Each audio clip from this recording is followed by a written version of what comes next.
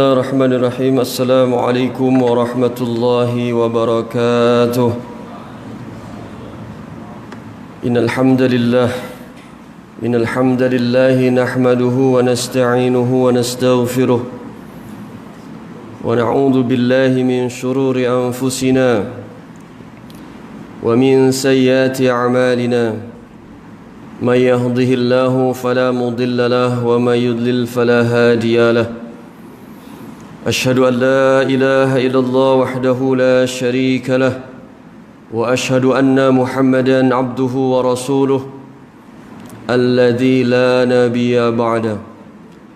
اللهم صل على سيدنا ومولانا محمد وعلى آله وأصحابه أجمعين. أما بعد، قال الله تعالى في القرآن الكريم بعد أعوذ بالله من الشيطان الرجيم اليوم أكملت لكم دينكم وأتممت عليكم نعمتي ورضيت لكم الإسلام دينا. وقال النبي صلى الله عليه وسلم بلغوا عني ولو كان آية. صدق الله العظيم wa sadaqa rasulih walhamdulillahi rabbil alamin. Alhamdulillah, puji dan syukur kepada Allah Subhanahu wa taala kita panjatkan. Kita rangkai dengan salawat dan salam pada nabi kita yang mulia, Nabi Muhammad sallallahu alaihi wasallam. Salam ta'zim kami pula kepada tuan-tuan, puan-puan sekalian yang dirahmati oleh Allah Subhanahu wa taala. Teristimewa kepada pengurusi masjid ini yang telah sudi untuk menjemput kami dalam rangka berkongsi ilmu tentang memaknai satu peristiwa besar dalam Islam yang ternyata hari ini tanpa kita sadari kita memasuki fase akhir dari kehidupan umat Islam. Kenapa saya katakan fase terakhir dalam kehidupan umat Islam? Hadirin rahmati Allah Subhanahu wa taala. Nanti tuan-tuan boleh buka dalam kitab Fathul Bari. Ulama ini menulis kitab Fathul Bari yang bernama Ibnu Hajar Al-Asqalani rahmatullahi alaih. Kemudian dia menulis kitab lagi yang berjudul Al-Fitan. Maka dalam kitab tersebut beliau mempunyai satu perhitungan waktu tentang kehidupan umat Islam, umur umat Islam, yang beliau katakan umur umat Islam tidak akan lebih daripada 1500 tahun. Yang hari ini kita sudah sampai di 1440 Hijriah. Maka hadirin rahmati Allah Subhanahu wa taala, sudah sepantasnya kita memberikan satu indikasi terhadap apa-apa yang nak kita buat dalam peristiwa yang dikatakan Nabi sallallahu alaihi wasallam, ja'al Islamu ghariban. Islam datang ketika aku bawa dalam keadaan asing, kata Nabi sallallahu alaihi wasallam. Wa sayaudu ghariban kama bada. Dan nanti juga di akhir zaman Islam akan kembali asing lagi.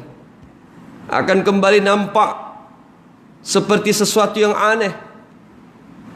Kemudian Nabi sallallahu alaihi wasallam melanjutkan sabdanya, fatuba lil ghuraba.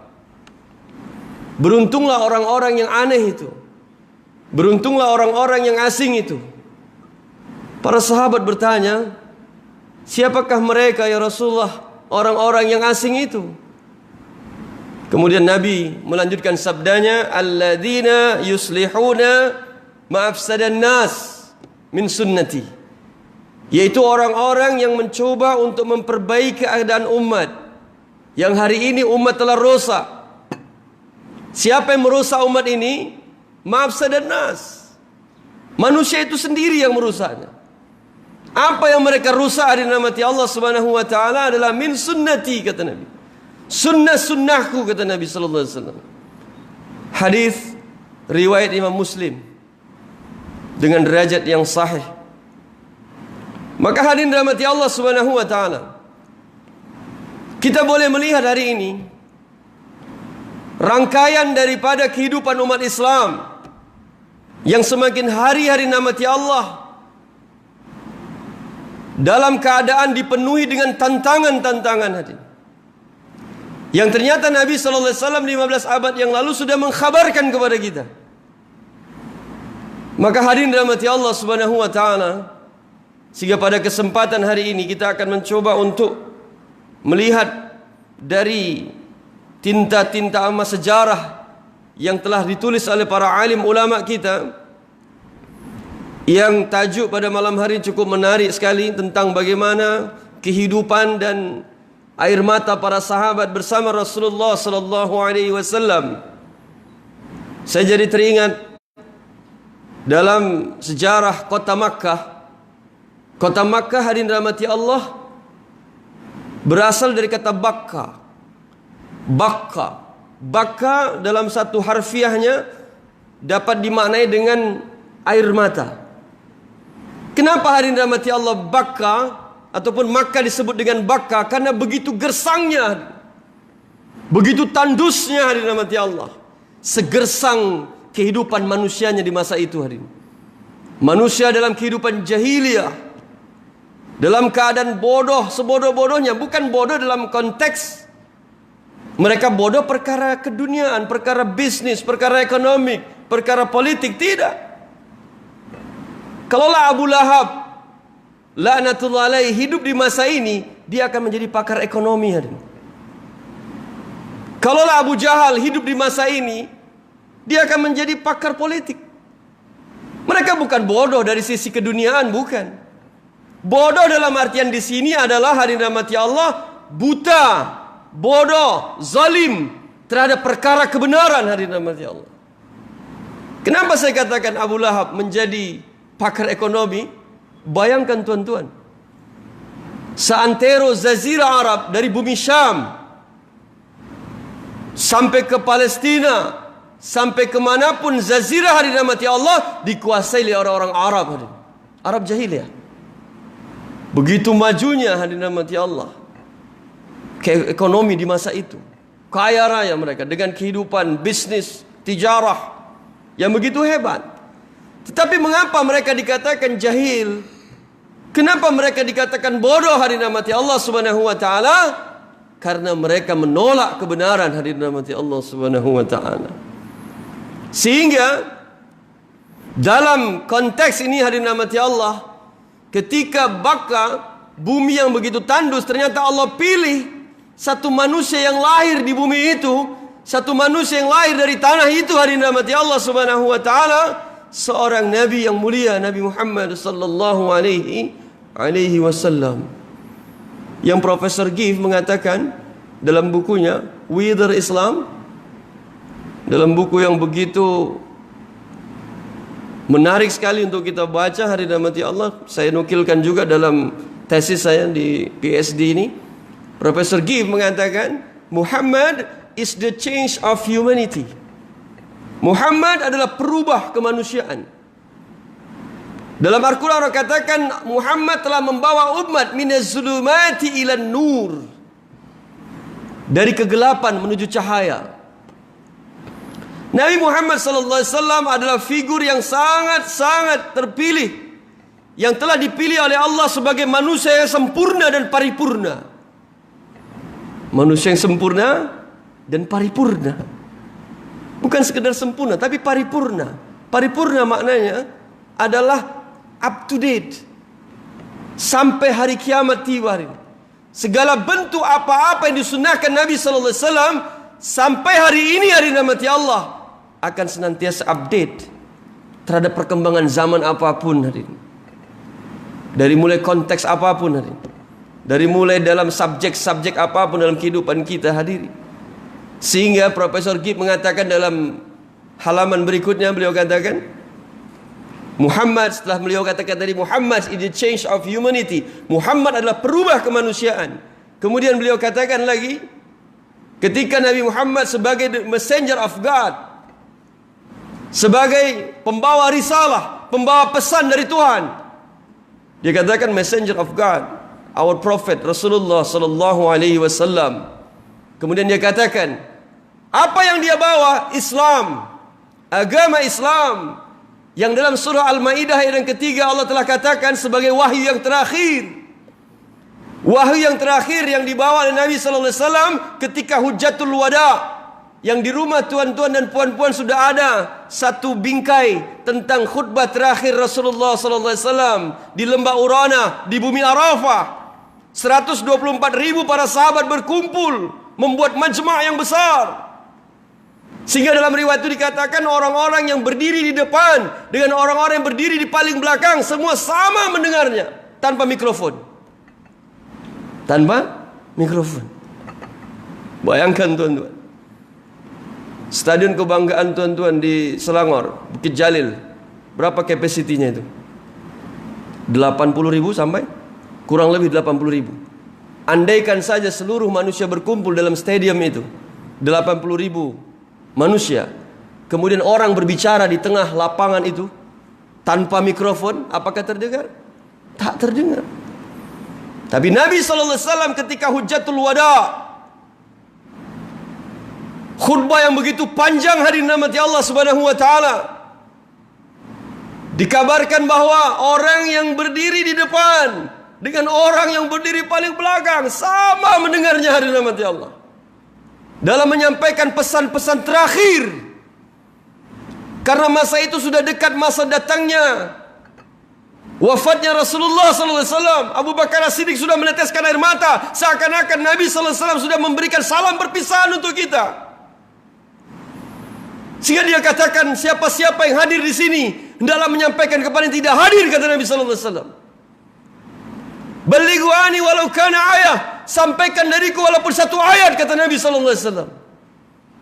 Baru Allah tutup hadirin rahmati Allah ketika Nabi sallallahu alaihi wasallam bertanya kepada para sahabat, apakah sudah ku sampaikan semua para sahabatku? Seluruhnya. Apakah sudah ku sampaikan? Bala ya Rasulullah, sudah. Baru turun wahyu yang terakhir, al-yawma akmaltu lakum dinakum wa atmamtu alaikum ni'mati wa raditu lakumul Islam madina. Pada hari ini, kata Nabi sallallahu alaihi wasallam, kata Allah, telah kusempurnakan agamamu, telah kusempurnakan nikmat ini kepadamu. Aku telah redha, kata Allah, Islam menjadi agamamu. Selesai sudah hadirin rahmati Allah. Menetes air mata para sahabat bahwa kalau sudah selesai apa yang terjadi? Pada mereka meyakini bahwa musibah terbesar adalah sepeninggal Rasulullah sallallahu alaihi wasallam. Itu musibah terbesar. Umar bin Khattab radhiyallahu anhu ketika mendengar wafatnya Rasulullah sallallahu alaihi wasallam hilang kecerdasannya. Hilang kecerdasan Umar bin Khattab radhiyallahu anhu. Padahal Umar bin Khattab adalah sahabat yang cerdas. Dia katakan, siapa yang mengatakan Rasulullah wafat, ku penggal batang lehernya. Hilang kecerdasan. Apa yang terjadi tanpa Rasulullah sallallahu alaihi wasallam? Maka hadirin rahmati Allah, Allah katakan tadi, Allah telah ridha Islam menjadi agama kalian. Maka Profesor Gib mengatakan dalam buku Wider Islam tadi, apa beliau katakan? Islam is the complete deen. Islam adalah agama yang paling komplit, sempurna of civilization, dari segala macam sendi kehidupan. Saya ambil satu kisah dalam tesis saya. Salman Al-Farisi radhiyallahu anhu ditanya oleh orang-orang kafir Quraisy Makkah, "Hai Salman, kulihat sahabat kalian itu Muhammad mengajarkan kalian perkara buang air kecil sekalipun. Buang air sekalipun kalian diajarkan perkara itu, perkara kecil." Maka dia katakan, benar. Sahabat kami yang mulia Nabi Muhammad Rasulullah sallallahu alaihi wasallam mengajarkan kami perkara besar sampai perkara kecil, termasuk perkara buang air, perkara masuk tandas. Buang air jangan menghadap ke kiblah. Jangan pegang, mohon maaf, kemaluan dengan tangan kanan. Kemudian masuk dengan langkah kaki kiri dengan membaca doa Allahumma inni a'udzubika minal khubuthi wal khaba'ith. Maka hadirin rahmati Allah Subhanahu wa taala, orang-orang kafir Quraisy yang mencela tadi, yang mencaci tadi, ada-ada saja agama kamu itu. Jadi hadirin rahmati Allah Subhanahu wa taala, Nabi sallallahu alaihi wasallam pembawa risalah hadirin rahmati Allah, dari perkara yang besar sampai perkara yang kecil. Kecintaan para sahabat begitu bersangatan hadirin. Kecintaan para sahabat begitu bersangatan. Seorang sahabat menjumpai Rasulullah sallallahu alaihi wasallam, "Ya Rasulullah, kapan terjadinya hari kiamat?" Nabi berbalik tanya kepada dia, "Apa yang sudah kau siapkan untuk hari kiamat itu?" "Tidak ada ya Rasulullah. Aku hanya mencintai engkau ya Rasulullah. Aku hanya mencintai engkau ya Rasulullah. Melebihi cintaku kepada istriku, kepada anak-anakku, dan kepada seluruh manusia di muka bumi ini." Apa kata Nabi? "Kau akan bersama orang yang kau cintai," kata Nabi sallallahu alaihi wasallam. Begitulah gambaran hadirin rahmati Allah Subhanahu wa taala. Peristiwa-peristiwa hebat yang hari ini hadirin rahmati Allah, dengan propaganda-propaganda, dengan cara hidup orang kafir hadirin rahmati Allah, ingin menggantikan kisah-kisah ini dengan satu tajuk-tajuk yang lain, sehingga kaum muslimin lupa bahwa satu-satunya jalan untuk mencapai kebahagiaan, untuk mencapai kemenangan, hanya dengan cara Rasulullah sallallahu alaihi wasallam. Apa kata Allah dalam surah Yusuf ayat 108? Quran surah Yusuf ayat 108. Allah katakan, "Qul hadhihi sabili ad'u ila Allah ala basiratin ana wa man ittaba'ani wa subhanallah wa ma ana minal musyrikin." Katakan olehmu wahai Muhammad, bahwa inilah jalanku, satu-satunya jalan. Apa jalan Nabi sallallahu alaihi wasallam? Ad'u ila Allah, mengajak manusia taat kepada Allah. Ala basiratin, dengan basirah. Ibnu Katsir menafsirkan basirah adalah Al-Quran dan hadis. Dengan Al-Quran dan hadis, kita boleh melihat sesuatu yang tidak nampak dengan mata kita. Dengan Al-Quran dan hadis kita bisa mengetahui, kita boleh mengetahui sesuatu yang tidak nampak. Alladzina yu'minuna bil ghaib, orang-orang beriman kepada perkara yang gaib dengan basirah. Berbeda dengan basar. Basar ini hari rahmatnya terbatas sekali. Di sebalik dinding kita tidak akan mampu melihat apa ada yang di balik dinding sana. Tapi dengan basirah, Masya Allah, alam kubur kita tahu. Padang mahsyar yang begitu matahari berjarak di atas kepala kita 1 mil. Surga neraka, titian sirat dan hisab hari rahmati Allah. Dengan basirah, dengan pandangan batin, pandangan iman. Itu yang dimaksud kul hadis sabili ad'u ila Allah ala basiratin.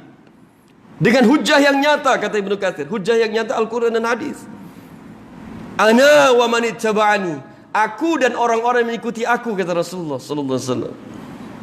Wa subhanallah, maha suci Allah, wa ma ana minal musyrikin, dan aku bukanlah orang-orang yang berbuat kemusyrikan. Hadirin rahmati Allah Subhanahu wa taala. Kita ingin majma' kita ini, hadirin rahmati Allah, keberhasilannya adalah kita berhasil menduplikasi ghirah, semangat Rasulullah sallallahu alaihi wasallam dan para sahabat dalam memperjuangkan agama. Sekitar beberapa setengah tahun yang lalu, satu bas tamu dari Malaysia, dari Puchong Perdana Kuala Lumpur, datang ke pesantren kita. Mereka hendak kembara ilmu, kata mereka. Maka kami pun ambil satu bas, 6-7 hari kami berjalan. Tujuan akhirnya kita mau ke museum daripada rumah Buya Hamka, yang ternyata rumah Buya Hamka sekarang jadi museum yang sumbangan dari ABIM waktu itu, Angkatan Belia Islam Malaysia. Ada prasastinya, ada sign-nya di situ. Bantuan dari ABIM di Danau Maninjau. Masya Allah, perjalanan yang cukup melelahkan. Karena Tuhan, kalau mudah-mudahan Tuhan juga sampai ke sana nanti, ke pesantren kita, ziarah, kemudian bersilaturahim, ya. Karena dari Pahang ini yang belum pernah datang ke tempat kami, dari Kuala Lumpur sudah, dari Pulau Pinang sudah. Jadi kita melewati namanya Kelo 44. Kalau di sini namanya Kelo apa Tuhan? Jadi hadirin dirahmati Allah, 180 derajat keloknya begini. Begini mau masuk gua. Dan setiap kelok itu ada nomor-nomornya. Bukan karena banyaknya dia dikatakan 44, memang ada nomornya. Kelok 1, kelok 2, kelok 3, kelok 4. Dia pikir tuan-tuan dari Malaysia yang datang ini, oh itu karena banyaknya tuan Ustaz ya. Saya pun belum pernah datang sana. Saya bilang kita tengoklah sama. Betul 44 kelok. Muntah, mual perut. Tapi semua hilang lelah itu hadirin rahmati Allah ketika sampai di kampung Buya Hamka rahmatullahi alaih, seorang ulama Nusantara yang telah berhasil menulis kitab Tafsir Al-Azhar ketika berada di jail, berada di penjara. Yang ketika itu kenapa dia masuk penjara? Karena berkonfrontasi dengan Presiden waktu itu, Presiden Indonesia, Insinyur Soekarno. Walaupun pada akhirnya Insinyur Soekarno katakan, kalau saya nanti mati, yang menyolatkan jenazah saya Buya Hamka. Walaupun dia memasukkan Buya Hamka ke penjara. Konfrontasi mereka ketika Buya Hamka mengeluarkan fatwa haram mengucapkan Merry Christmas. Tak sesuai dengan fikrahnya Soekarno. Maka dia dipenjara hari ini. Tapi begitulah hikmah dari seorang ulama masuk penjara 2 tahun, menulis kitab Tafsir Al-Azhar. Yang kenapa dia tulis Tafsir Al-Azhar selain dia memang menjadi Imam Masjid Al-Azhar di Jakarta. Dalam hikmah yang lain ternyata saya baca tentang bagaimana sejarah beliau. Ternyata hadirin rahmati Allah, Buya Hamka itu memang punya satu keinginan yang tak tersampaikan untuk belajar di Kairo di Al-Azhar. Mungkin karena keterbatasan apapun kita pun tak paham. Saking inginnya, tapi tak pernah dia belajar ke sana. Tapi ketika Tafsir Al-Azhar ini tercium karya ini ke Kairo hadirin rahmati Allah, akhirnya orang Kairo datang ke Indonesia memberikan gelar Doktor Honoris Causa kepada Buya Hamka. Kenapa kita buka peristiwa ataupun sejarah Buya Hamka hadirin rahmati Allah? Hanya untuk membahas tentang ghirah. Apa itu ghirah? Kalau bahasa kami Indonesia, gairah. Ghirah, semangat, spirit. Karena musibah terbesar kaum muslimin hari ini adalah kehilangan ghirah. Buya Hamka katakan ketika kaum muslimin sudah kehilangan ghirah, takbirkan dia 4 kali, sudah mati dia. Begitu kerasnya lantangnya Buya Hamka dalam menafsirkan tentang ghirah. Ketika agama kalian sudah diinjak-injak, sudah dilecehkan, kata Buya Hamka, maka belilah kain kafan untuk mengkafani kalian, kata Buya Hamka rahmatullahi alaih. Begitulah berapi-apinya yang saudara-saudara kita dari Kuala Lumpur itu, dia beli belah banyak sekali compact disc tentang ceramah-ceramah Buya Hamka. Boleh tuan-tuan, tapi nanti kalau ke sana sedia plastik lah. Apabila muntah nanti ada tempat untuk bisa buang muntahan gitu tuh. Karena 44 kelok, Danau Maninjau, indah sekali alamnya. Rumah beliau ada jalan, kemudian di depan jalan ini ada danau luas, Danau Maninjau namanya. Masya Allah, indah sekali. Semoga tuan-tuan boleh datang ke sana untuk berziarah ke pondok kita sambil kita kembara ilmu hadirin rahmati Allah. Maka hadirin rahmati Allah, gairah.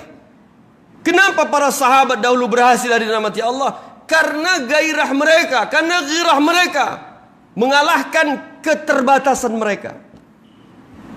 Sahabat radhiyallahu anhum ajma'in hidup dalam keterbatasan. Tetapi hadirin rahmati Allah, 2/3 dunia dikuasai oleh Islam. Kenapa hadirin rahmati Allah? Mereka telah menjadikan dunia berada di bawah kaki-kaki mereka. Mereka telah menjadikan Allah sebagai tujuan utamanya. Dalam satu syair nasid, mereka begitu lantangnya hadirin rahmati Allah menyatakan bahwa ish kariman au mut syahidan, hidup mulia atau mati syahid. Jadi hadirin rahmati Allah subhanahu wa ta'ala, kalau kita ingin membangkitkan ghirah, momentum hijrah ini luar biasa hadirin rahmati Allah. Momentum hijrah. Karena peristiwa hijrah hadirin rahmati Allah subhanahu wa ta'ala adalah satu peristiwa yang dimana Allah telah tekankan sebagai sebuah perintah. Saya ulangi, hijrah ada sebuah perintah dari Allah. Dalam surah An-Nisa ayat yang ke-100 Allah katakan, "Wa may yuhajir fi sabilillah yazid fil ardi muragaman katsiran wa sa'a wa may yakhruj min baitihi muhajiran ila Allah wa rasulih thumma yudrikul mautu faqad waqa'a ajruhu 'ala Allah wa kana Allahu ghafurur rahima. Apa kata Allah? Barang siapa yang berhijrah di jalan Allah, Allah akan luaskan tempat hijrahnya. Yazid, Filan. Nabi SAW berhijrah dari Makkah ke Madinah. Kita sampai setakat ini jangan sampai lupa nanti kalau kita mengembang kemana-mana. Hijrah dari Makkah ke Madinah. Tuan-tuan sekalian, Madinah kurang lebih 460 km dari Makkah ke Madinah. Dulu bernama Yastrib. Sebetulnya hadirin rahmati Allah, menyebut nama Yastrib ini makruh. Imam Nawawi rahmatullahi alaih memakruhkan menyebut nama Yastrib kecuali untuk pendidikan, kecuali untuk pengajaran kepada anak-anak. Dulu Madinah sejarahnya adalah nama kotanya Yastrib.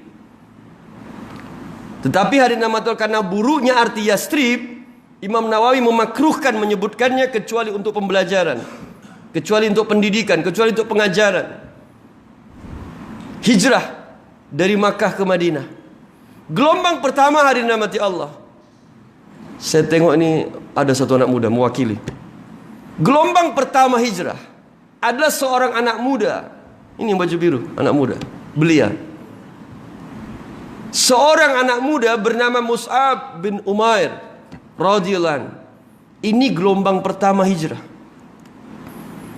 Diutus Nabi SAW berangkat ke Yastrib.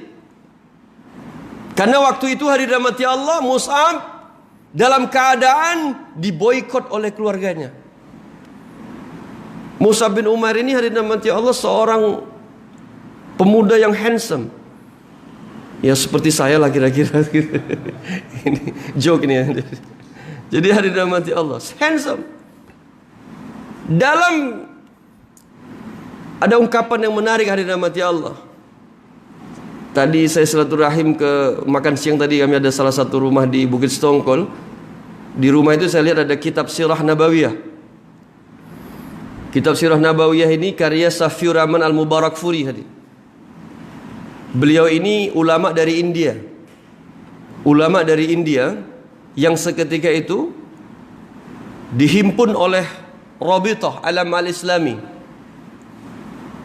yang mungkin ayahanda kami Pak Kiai Dr. Haji Mafin Kasdu juga pernah isi kuliah di sini. Beliau adalah salah satu dai Rabithah Alam Al-Islami. Peristiwanya ketika tahun 1995 beliau membawa satu rombongan, satu kapal terbang 450 orang, beliau amirnya, amir jamaah haji. Maka seketika itu Rabithah memanggil amir-amir jamaah untuk dilihat kelayakannya, diuji kemampuan bahasa Arabnya, kemampuan tafaqquh fiddinnya. Maka alhamdulillah, dengan berkah dari Allah Subhanahu wa taala, ayahanda kami lulus daripada pemeriksaan ataupun pengujian daripada Rabithah Alam Al-Islami. Bahkan beliau mau diberi gaji dari Rabithah sekian rial dalam satu bulan, tapi ayah saya menolak karena dia orang yang manual. Dia tak paham komputer, dia tak paham teknologi, dia tak paham Android, dia tak paham WhatsApp, apapun tak paham. Ambil uang dari ATM saja tak pandai dia.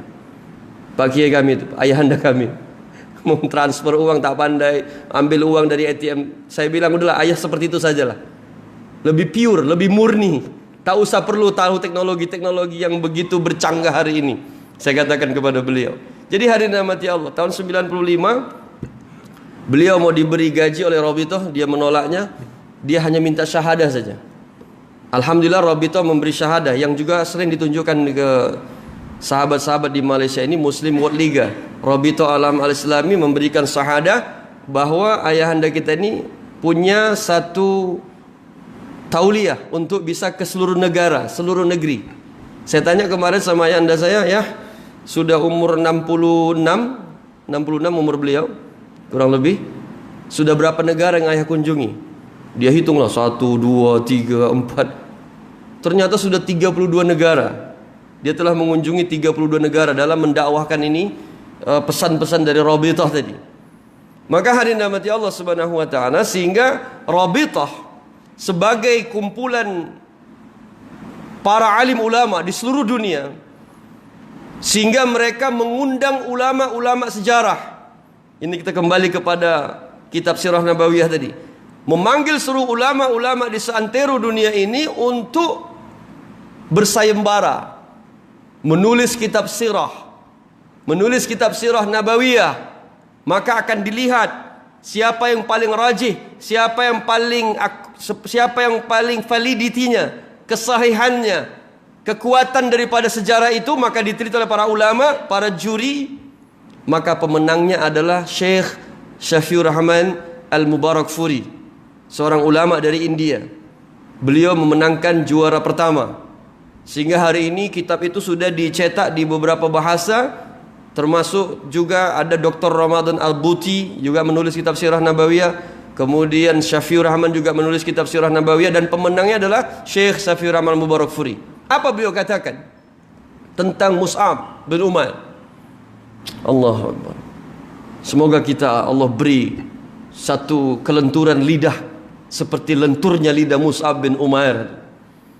Beliau menggambarkan lisanul Mus'ab, lisannya Mus'ab bin Umair, seorang pemuda tampan ketika belum Islam. Pakaiannya sutra pakaiannya maskulin, ya,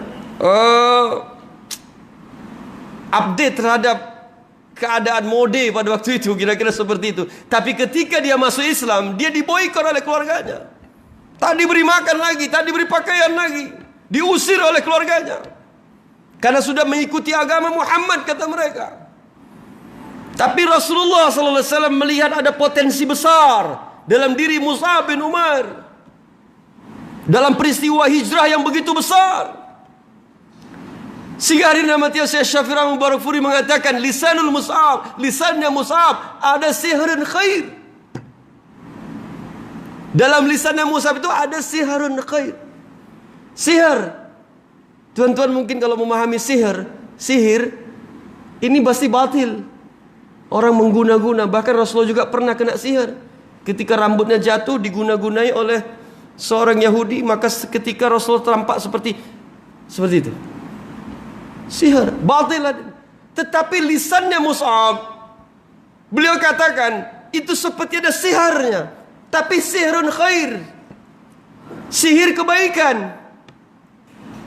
Sehingga apabila orang mendengarkan cakapnya Mus'ab bin Umair, orang yang mendengar cakap Mus'ab bin Umair akan tertarik, akan mengikuti apa yang dia dakwahkan, apa yang dia cakapkan. Hadirin rahmati Allah. Dinukilkan lagi Syekh Rahman Mubarakfuri menggambarkan sosok Mus'ab. Ada satu majma' di tempat lain. Kita buat majma' di sini. Kemudian ada orang sana mengatakan, kau tengok itu, ada seorang pemuda dari Makkah yang katanya dia telah diutus sebagai seorang utusan dari seorang nabi dari Makkah, yang kelak mereka akan berhijrah kemari. Kau kalau ikut cakap dia, kalau kau dengar cakap dia, aku pastikan kau akan ikut dia. Orang ini katakan, mana mungkin, tak mungkinlah, pemuda, apalah bida pandainya. Maka seketika itu orang itu pun datang hari ini ke majma'nya Mus'ab bin Umair. Masya Allah, sedikit saja dia mendengarkan kalimat untayan dakwah daripada Mus'ab bin Umair, menerangkan mereka kepada Islam, mengajak mereka kepada Islam, masuk Islam orang ini hadirin. Begitu lenturnya hadirin. Kemudian prestasi hebat dari Mus'ab yang kedua adalah beliau ini berhasil mempersatukan dua suku yang besar di Yastrib. Dalam kitab sejarah, suku ini dinamakan Aus dan Khazraj. Suku Aus dan Khazraj yang senantiasa berperang. Tetapi dengan kelenturan lidah Mus'ab bin Umair, lisan yang begitu hebat, sihrun khair, dua suku ini bersatu, kelak mereka akan menjadi Ansar hadirin. Yang Allah rekam dalam surah At-Taubah ayat yang ke-100. Apa Allah katakan? Was-sabiqunal awwalun minal muhajirin wal ansar walladzina ittaba'uhum bi ihsan radhiyallahu anhum wa radu'an wa adalahum jannatin tajri tahtaha al-anhar khalidina fiha dzalikal fawzul azim. Apa kata Allah? Dan orang-orang awal yang memeluk Islam. Siapa mereka? Muhajirin, orang-orang yang berhijrah dari Makkah ke Madinah. Wal ansar, orang-orang Yastrib, orang-orang Ansar, orang-orang Madinah. dari kalangan Aus dan Khazraj tadi, yang memberi pertolongan kepada orang yang berhijrah. Walladzina tabauhum biihsan, dan orang-orang yang mengikuti mereka dengan baik. Siapakah mereka? Hadirin rahmati Allah, adalah kita. Dalam tesis saya nukilkan pendapat Ibnu Katsir rahmatullahi alaih, bahwa yang dimaksud walladzina tabauhum biihsan adalah kita, umat akhir zaman, yang mencontoh kehidupan para sahabat muhajirin wal ansar. Kami muhajirin, tuan-tuan ansar. Kalaulah orang ansar tidak memberikan satu space, satu tempat untuk kita boleh memberikan kuliah di sini, tidak akan terjadi majma' ini. Apabila kita tidak saling membantu satu sama lain. Contoh misalnya nanti tuan-tuan juga akan berjalan ke Indonesia misalnya, menjadi orang-orang yang muhajirin, kami sebagai orang ansar. Karena kita mengetahui bahwa hijrah itu adalah perintah. Kita kembali kepada surah An-Nisa ayat 100 tadi, wa may yuhajir fi sabilillah yazid fil ardi muragaman katsira wa sa'ah. Barang siapa yang berhijrah di jalan Allah, Allah akan luaskan tempat hijrahnya. Para sahabat berhijrah dari Makkah ke Madinah, bukan Madinah saja yang direbut. Kami haji tahun 2011 sama istri saya. Ketika itu kami berjumpa dengan seorang ustaz, orang Indonesia, namanya Ustaz Arif. Di Makkah kami jumpa dengan Syekh Irfan. Beliau pensiun dari University Al-Qura, Makkatul Mukarramah, sebagai penanggung jawab usaha dakwah tabligh di Makkah. Kami dijemput ke rumah beliau. Istri kami didaulat untuk naik ke atas bersama istri beliau. Kami bersama beliau. Kebetulan beliau ini orang Palembang, kakeknya orang Palembang, sehingga dia boleh bercakap Melayu sedikit-sedikit. Maka dia katakan kepada kami, ini cerita tentang di Makkah, nanti kita akan berbicara tentang Ustaz Arif di Madinah. Beliau katakan, Haj, kata dia, wahai jemaah haji, 3 perkara yang beliau sampaikan, yang ini harus menjadi pencermatan kepada para jemaah haji seluruh dunia. Beliau memberikan nasihat ini memang berangkat daripada ketakwaan dan literasi sejarah. Saya ulangi, beliau menyampaikan 3 perkara ini berangkat daripada ketakwaan dan literasi sejarah. Apa yang beliau sampaikan, hadirin rahmati Allah? Yang pertama, manfaatkan, kata beliau, waktu kalian di sini sebaik-baiknya untuk beramal. Karena belum tentu kalian seumur hidup sekali datang kemari, kata beliau. Yang kedua, beliau katakan, jangan banyak ke pasar-pasar.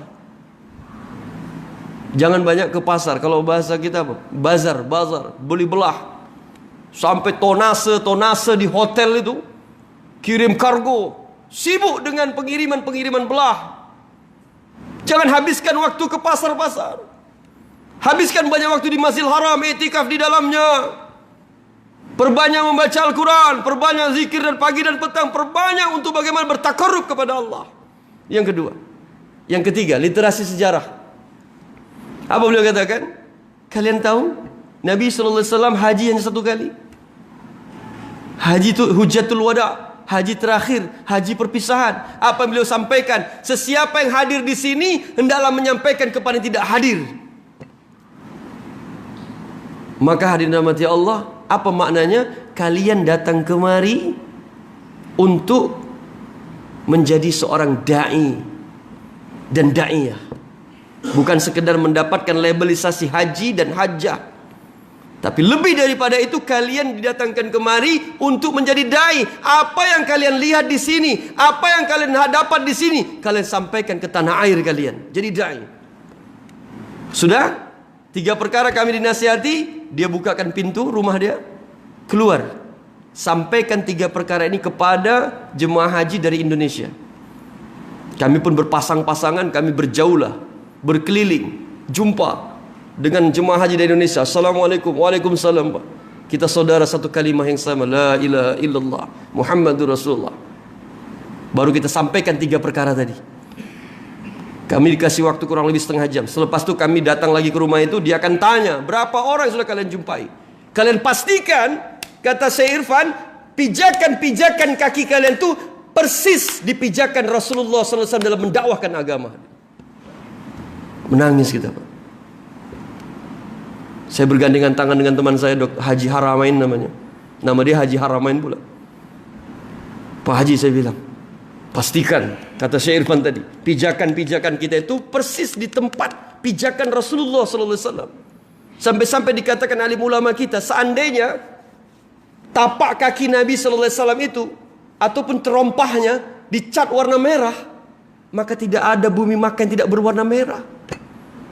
Karena Nabi senantiasa berkeliling menerima wahyu yang kedua, ya ayyuhal mudaththir kum fa'anzir wa rabbaka fakabbir wa siyabaka fatahhir. Hai orang yang berselimut, bangun, beri peringatan, besarkan nama Allah, bersihkan pakaianmu, kata Allah. Nabi naik ke Bukit Sofa. Ini dan tentang sejarah, tuan-tuan. Kalau kita memang mengakui mencintai Nabi dan para sahabat, ikuti kerja dakwah mereka. Naik ke Bukit Sofa. Apa kata Nabi? Ya ayuhan nas, hai sekalian manusia, jikalau aku kabarkan kepada kalian, di balik-balik bukit Makkah ini ada musuh yang menyerang kalian, kalian percaya? Maka orang-orang di Makkah waktu itu percaya. Muhammad, kau kan al-amin, kau kan orang tak pernah berdusta, kami akan percaya. Tapi ketika Nabi SAW mendakwakan mereka kepada iman, ya ayuhan nas, qulu la ilaha illallah tuflihu. Hai sekalian manusia, ucapkan oleh kalian la ilaha illallah, kalian akan berjaya. Semua berbalik ke belakang. Tak ada yang mau mendengar. Pamannya Abu Lahab, laknatullah alaih, apa dia katakan? Hai Muhammad, celaka kau. Kau mengumpulkan kami di sini hanya untuk perkara ini saja. Apa tidak ada orang lebih baik dari engkau menjadi nabi? Allahu Akbar. Turun ayat tabbat yada Abi Lahab biwata. Celakalah kedua tangan Abu Lahab. Tak puas sampai di situ, Nabi masuk ke pasar-pasar, membujuk rayu manusia, ya ayuhan nas. Begitulah Nabi SAW hadirin dirahmati Allah menghinakan dirinya di hadapan manusia untuk menyampaikan perkara kemuliaan dari Allah Subhanahu wa taala. Bergetar Syekh Irfan menyampaikan perkara ini kepada kami. Bayangkan kalian di bumi Makkah dalam keadaan padang yang sangat tandus, berasal dari kata baka, air mata. Karena tak ada air, yang keluar air mata. Maka Nabi SAW telah memberikan satu dakwah yang berhasil. Maka seketika itu hadirin dirahmati Allah Subhanahu wa taala, luar biasa sekali. Esoknya kami dipanggil lagi, begitu lagi. Hari-hari kami dipanggil ke rumahnya. Sehabis dijamu makan, dijemput makan, kemudian kami disuruh untuk bergerak. Untuk bagaimana menapaktilasi jejak dakwah Nabi SAW. Jadi hadirin rahmati Allah, apabila kita ingin tergolong kepada pengikut Rasulullah SAW, mustahil kalau tidak mendakwahkan agama. Tuan-tuan dan puan-puan, jangan salah persepsi bahwa dakwah itu di sini, bukan. Ini bagian kecil dari dakwah. Bukan sekedar di podium, di kuliah. Saya tak pandai lah Ustaz seperti Ustaz berceramah seperti itu. Bukan ini dakwah. Dakwah sesungguhnya itu dakwah fardiyah. Apa itu dakwah fardiyah? Dakwah sunnah Rasulullah ada dakwah fardiyah. Dakwah secara individu. Jumpa umat, face to face. Bicara kebesaran Allah. Bicara sunnah Rasulullah SAW. Bicara pentingnya salat. Bicara pentingnya ilmu agama. Bicara pentingnya zikir. Bicara pentingnya akhlak. Bicara pentingnya ikhlas. Bicara pentingnya dakwah itu sendirian. Kalau kita ingin dikatakan Nabi SAW dalam hadis riwayat Tabrani, Imam Tirmidzi, mohon maaf, man ahya sunnati faqad ahabbani wa man ahabbani kana ma'iyya fil jannah. Barang siapa menghidupkan sunnahku berarti dia cinta kepadaku, dan barang siapa mencintaiku akan bersama-samaku nanti di dalam syurga. Itu di Makkah. Berangkat kami ke Madinah, jumpa dengan Ustaz Arif. Ustaz Arif hadirin rahmati Allah, seorang ulama dari Sulawesi Selatan. Dia menjadi salah satu imam masjid di Madinah. Masjid di kota Madinah itu dia salah satu imam masjid. Maka dia bercerita tentang perang Khandak. Bercerita tentang perang Khandak, perang Parit. Secara logik hadirin, bagaimana kita nak membuat parit di bumi tandus hadirin rahmati Allah? Kalau di Indonesia, Malaysia tanah gembur lah. Kita senang nak buat lubang, buat parit hadirin. Kenapa perang Parit terjadi hari ini ketika ada sahabat yang hidup sangat lama, tua, baru dia meninggal dunia, Salman Al-Farisi radhiyallahu anhu mengusulkan kepada Rasulullah, "Ya Rasulullah, bagaimana kalau kita buat parit ya Rasulullah untuk berperang, untuk strategi perang?" Para sahabat yang lain melihat unlogik, tidak logik membuat parit di bumi tandus. Tapi ketika Rasulullah menganggap ini sebuah usulan yang bagus, diterima usul Salman Al-Farisi, dibuat parit. Sehingga Ustaz Arif katakan, menggambarkan bagaimana para sahabat dahulu menggali parit, sehingga ketika beliau mendapati satu bongkahan batu yang besar, para sahabat mendapati bongkahan batu yang besar, mereka tak mampu memecahkannya. Dalam keadaan mereka berputus asa tidak mampu memecahkannya, mereka memanggil Rasulullah SAW. "Ya Rasulullah, di sebelah sana ada batu yang tidak bisa kami pecahkan ya Rasulullah." Kemudian Rasulullah mengambil sebilah kapak. Kemudian dengan kemuliaan tangan beliau menghantam batu ini 3 kali hari. Das, pecah sepertiga bagian. Dihantam yang kedua, das, pecah. Dihantam yang ketiga, hancur berkeping-keping ini batu. Nabi bukan karena kekuatannya, karena ada pertolongan Allah di situ. Ada nusratul ghaibiyah namanya, ada pertolongan Allah. Secara logika siapa yang mampu memecahkan batu dalam 3 kali pukulan saja? Maka hari mati Allah, para sahabat terheran-heran melihat peristiwa itu. Yang mereka heran bukan karena pecahnya batu. Ustaz Arif melanjutkan, yang mereka heran dalam riwayat itu, ketika Rasulullah mengayunkan pukulannya, ada kilatan-kilatan cahaya. Pukulan pertama ada kilatan cahaya, pukulan kedua ada kilatan cahaya, pukulan ketiga ada kilatan cahaya. Para sahabat bertanya, "Ya Rasulullah, ketika kau tadi memukul batu ini, ada kilatan-kilatan cahaya. Yang pertama, kedua, dan ketiga." Nabi SAW katakan, pada kilatan cahaya yang pertama, kata Nabi, "Allah tampakkan kepadaku istana-istana di Baghdad yang kelak kalian akan menguasainya." Kilatan cahaya yang kedua, Allah tampakkan kepadaku istana-istana di Syam yang kelak kalian akan menguasainya. Yang ketiga, kata Nabi, kilatan-kilatan cahaya yang ketiga, Allah tampakkan kepadaku balkon-balkon Kisra yang kelak kalian akan menguasainya, kata Nabi SAW. Para sahabat terbingung-bingung dengan kemiskinan kita, dengan keterbatasan kita. Kita nak menghancurkan 2 negeri adidaya, Rum dan Persia. Tapi hadirin rahmati Allah, ternyata benar, Nabi SAW tidak pernah berdusta. Di zaman kekhalifahan Umar bin Khattab, 2/3 dunia dikuasai oleh Islam. Raja Kisra tertunduk, malu, kalah ketika mereka di perang Qadisiyah. Di perang Qadisiyah, hadirin rahmati Allah, dipimpin oleh seorang sahabat as-sabiqun al-awwalun. Sahabat yang awal memeluk Islam. Siapa beliau? Sa'ad bin Abi Waqqas radhiyallahu anhu. Yang ketika mereka memukul pasukan Persia, ketika mereka memukul pasukan Persia, hadirin rahmati Allah, perang Qadisiyah, ketika itu mereka melarikan diri dari kejaran kaum muslimin. Mereka mendapati sungai Tigris. Mereka memacu perahu-perahu mereka, menambatkan perahu mereka di seberang sungai. Maka Sa'ad bin Abi Waqqas radhiyallahu anhu menunjukkan tangannya ke arah langit. La haula wala quwwata illa billahil aliyil azim. Dicelupkan ke arah sungai Tigris, ke air sungai Tigris. Selam. Kemudian para sahabat berjalan di atas air, hadirin. Berjalan di atas air. Dalam kitab Al-Bidayah wan Nihayah, dalam bab perang Qadisiyah, berjalan di atas air, di sungai yang deras. Begitu pula kuda-kuda mereka. Ada riwayat yang begitu unik dalam kisah ini, hadirin rahmati Allah. Ketika sampai di seberang, kuda-kudanya mengibas-ngibaskan kepala kuda. Orang-orang Persia begini, ini bukan manusia ini. Bisa mereka berjalan di atas air, hadirin. Ini true story, kisah nyata, hadirin. Karena turunnya nusratul ghaibiyah, karena pengorbanan sahabat diterima oleh Allah Subhanahu wa taala. Kenapa sekarang kaum muslimin tidak ditolong oleh Allah? Ini yang menjadi problem kita hari ini. Allah yang ada di masa sahabat dengan Allahnya kita sama. Tapi ternyata pertolongan turun kepada para sahabat, kenapa tidak turun kepada kita?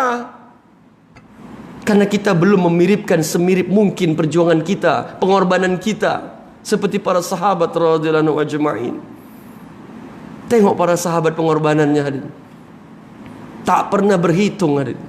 Tak pernah berhitung. Karena mereka meyakini korban.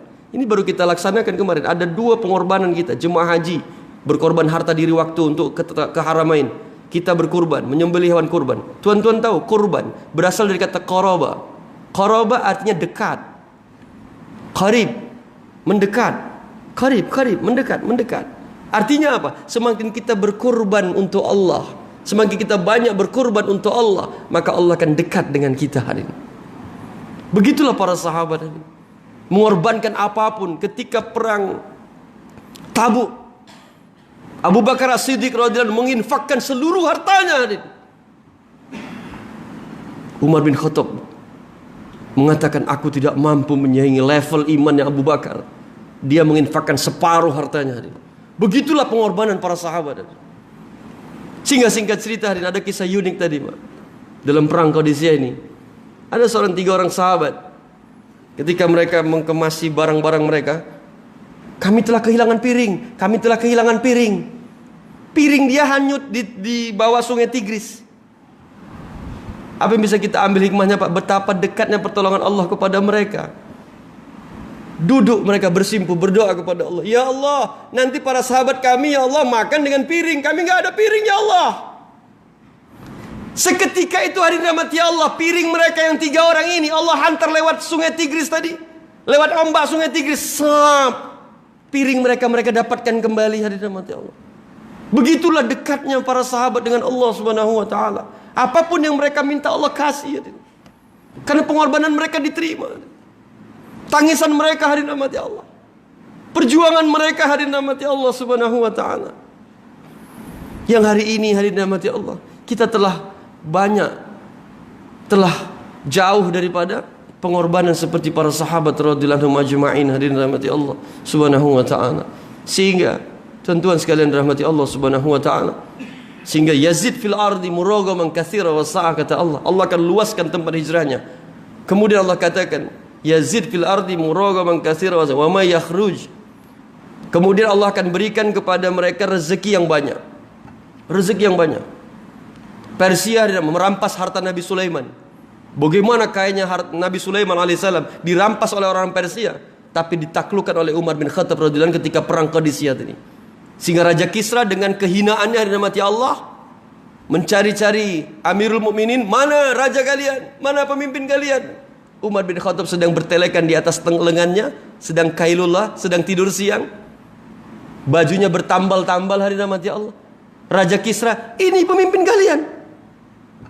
Di dalam pandangan dia pemimpin umat Islam itu hebat dari sisi apapun. Ternyata seorang Umar bin Khattab hari rahmati Allah. Begitulah dia letakkan ini mahkota Kisra hari rahmati Allah, diserahkan kepada Umar bin Khattab radhiyallahu anhu.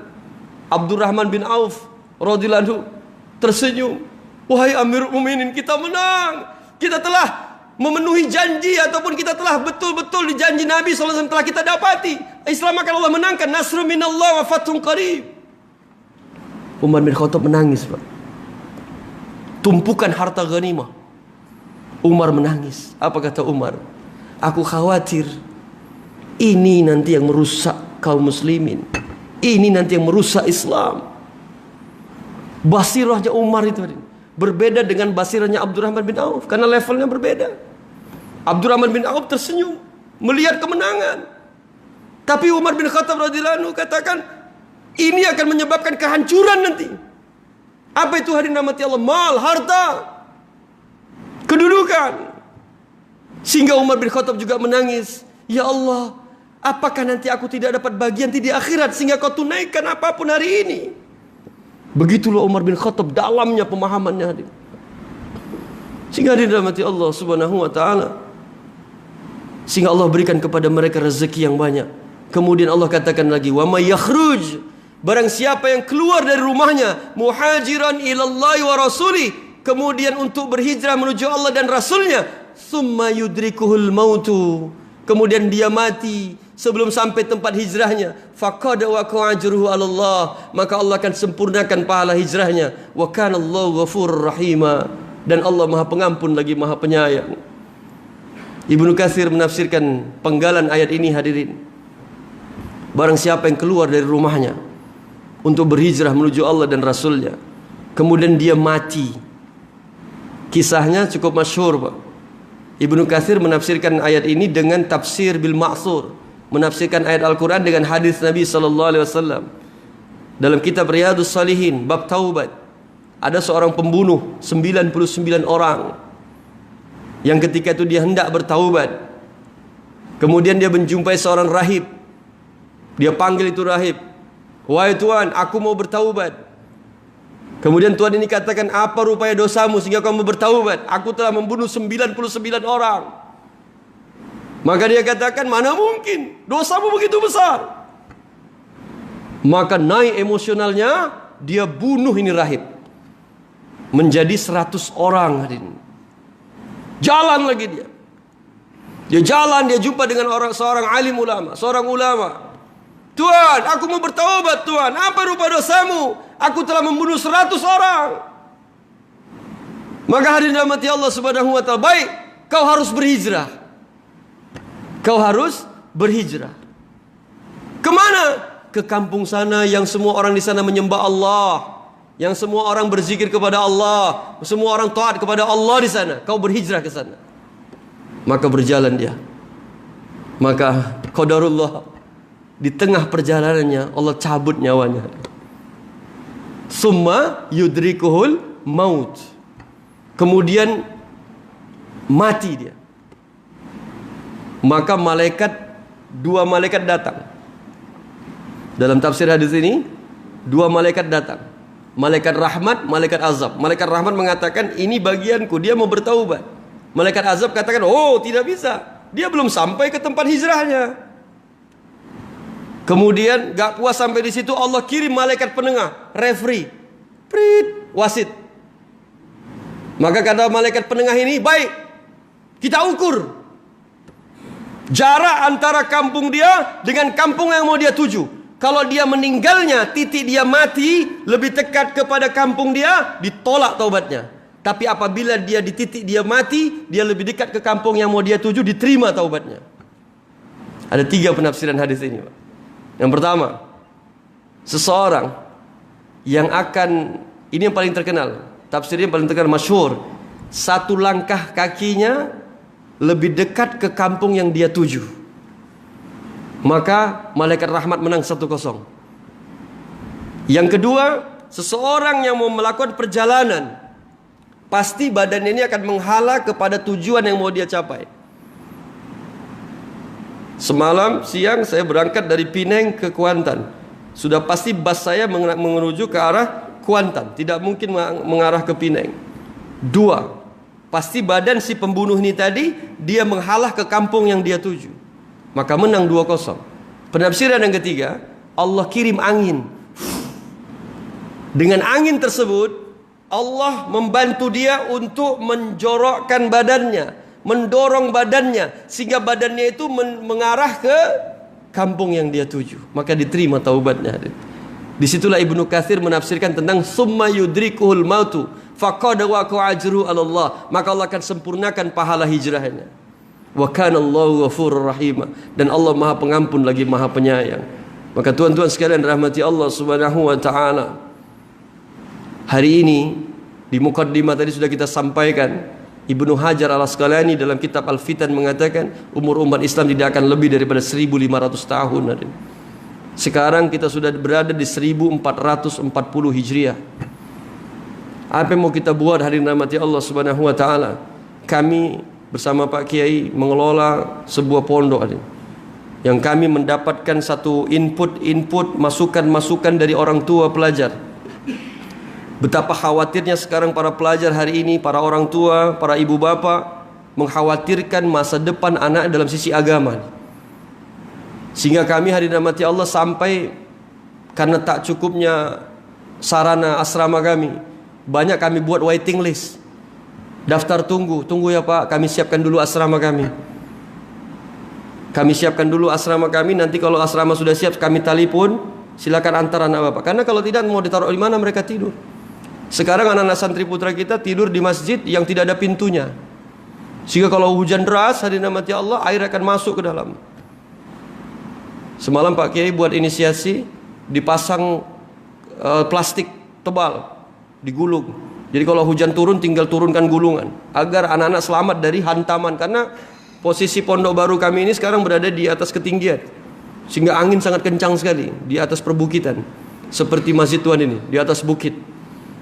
Kemudian hadirin rahmati Allah Subhanahu wa taala, yang tak kalah pentingnya adalah apa input dari orang tua. Ustaz, tolonglah Ustaz.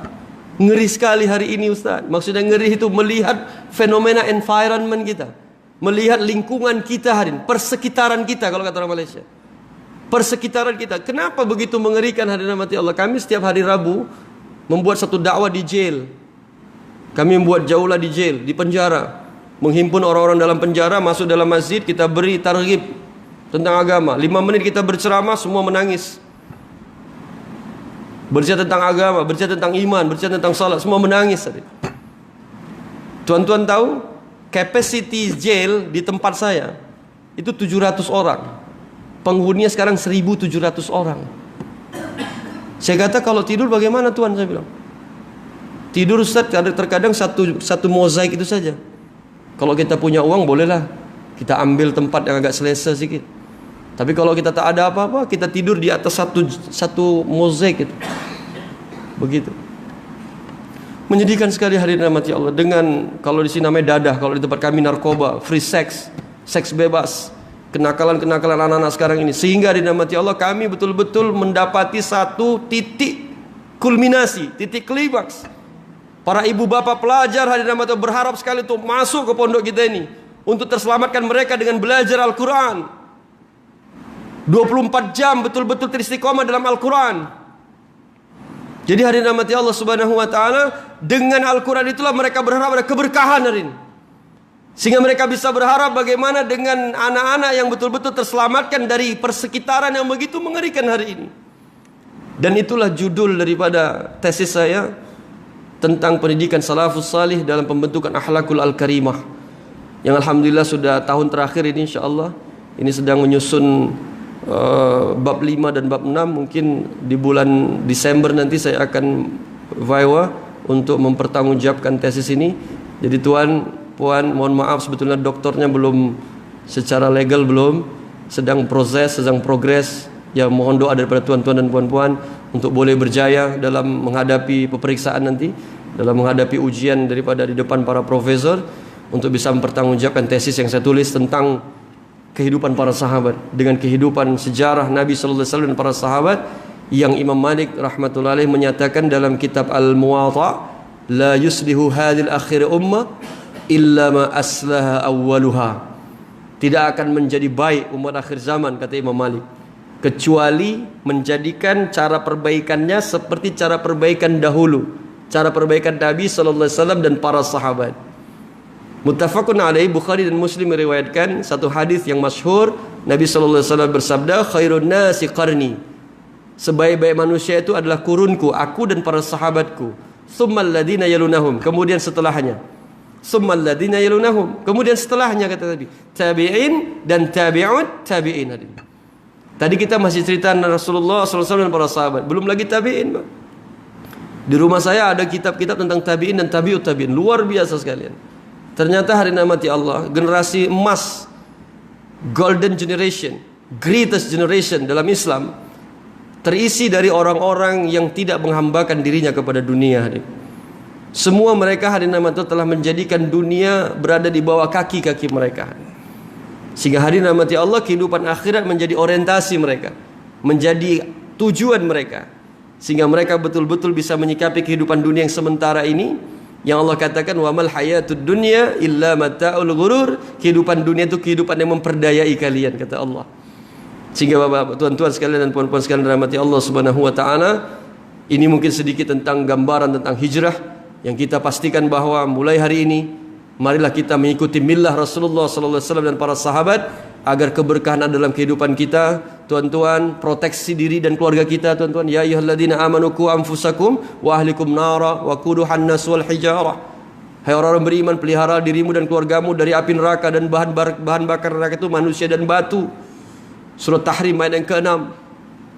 Jadi apabila kita memproteksi diri kita, kita akan mendapati satu qaryah, satu negeri yang betul-betul Allah katakan, yang dinamakan dalam Al-Quran baldatun tayyibatun wa rabbun ghafur. Dan ciri negeri yang diberkahi itu iman dan takwa sempurna. Dalam surah Al-A'raf ayat 96 Allah katakan walau anna ahlal qura amanu wattaqau la fatahna 'alaihim barakatin minas sama' wal ard walakin kadzabu fa akhadnahum bima kanu yaksibun. Seandainya penduduk satu negeri, kata Allah, beriman dan bertakwa kepada Allah, maka Allah akan berikan keberkahan dari langit dan dari bumi. Tetapi kata Allah, sebagian besar kalian mendustakan ayat-ayat kami, maka kami akan azab kalian dengan sebab kedustaan kalian itu. Mungkin ini saja hadirin rahmati Allah Subhanahu wa taala. Sekali lagi kami jemput tuan-tuan dan puan-puan untuk melakukan kembara ilmu ke pesantren kita, untuk lebih mengamalkan perintah Allah untuk berhijrah, untuk merasakan bagaimana mujahadahnya dalam berhijrah, melintasi samudra, melintasi pulau Sumatera, hadirin rahmati Allah, untuk bagaimana menyahuti dari perintah Allah, wa ma yuhajir fi sabilillah, barang siapa yang berhijrah di jalan Allah. Wa ma yakhruj min baitihi, barang siapa yang keluar dari rumahnya. Maka ini kita bisa aplikasikan dengan kembara ilmu untuk bisa berziarah ke pesantren kita yang sekarang sedang membangun. Kami mohon maaf sekali kepada tuan-tuan dan puan-puan karena begitu urgennya pembangunan asrama ini. Tadi kami menyampaikan pesan dari Pak Kiai Dr. Haji Marvin Kasdu, ayahanda kami, untuk sedikit berbagi sedekahun jariyah dari tuan-tuan semua yang akan kami manfaatkan untuk pembangunan asrama yang saat ini memang dalam keadaan sangat-sangat urgen sekali untuk bisa dibangun. Asrama yang sekarang ini penghafal Quran kita sudah mencapai angka 350 pelajar. Dari 1.800 pelajar kita, 350 concern fokus untuk menghafal Quran. Semoga Allah jayakan mereka dunia dan akhirat, sehingga nantinya mudah-mudahan di Ramadan yang akan datang, tuan-tuan boleh kasih space untuk pelajar-pelajar kita untuk bisa menjadi imam Ramadan di sini. Yang kemarin kami menghantarkan 3 pelajar untuk menjadi imam di Kuantan dan sekitarnya. Mudah-mudahan nanti masjid ini bisa menerima ataupun bisa memberikan space, bisa memberikan tempat bagi pelajar-pelajar kita untuk menjadi imam Ramadan di sholat tarawih di Ramadan nanti di tahun yang akan datang insyaAllah. Demikian, kepada Allah kita mohon ampun, kepada kita saling memaafkan satu sama lain. Mari kita berdoa kepada Allah Jalla Jalaluh agar Allah berkahi pertemuan kita ini dan Allah kumpulkan kita nanti di surga bersama Rasulullah sallallahu alaihi wasallam.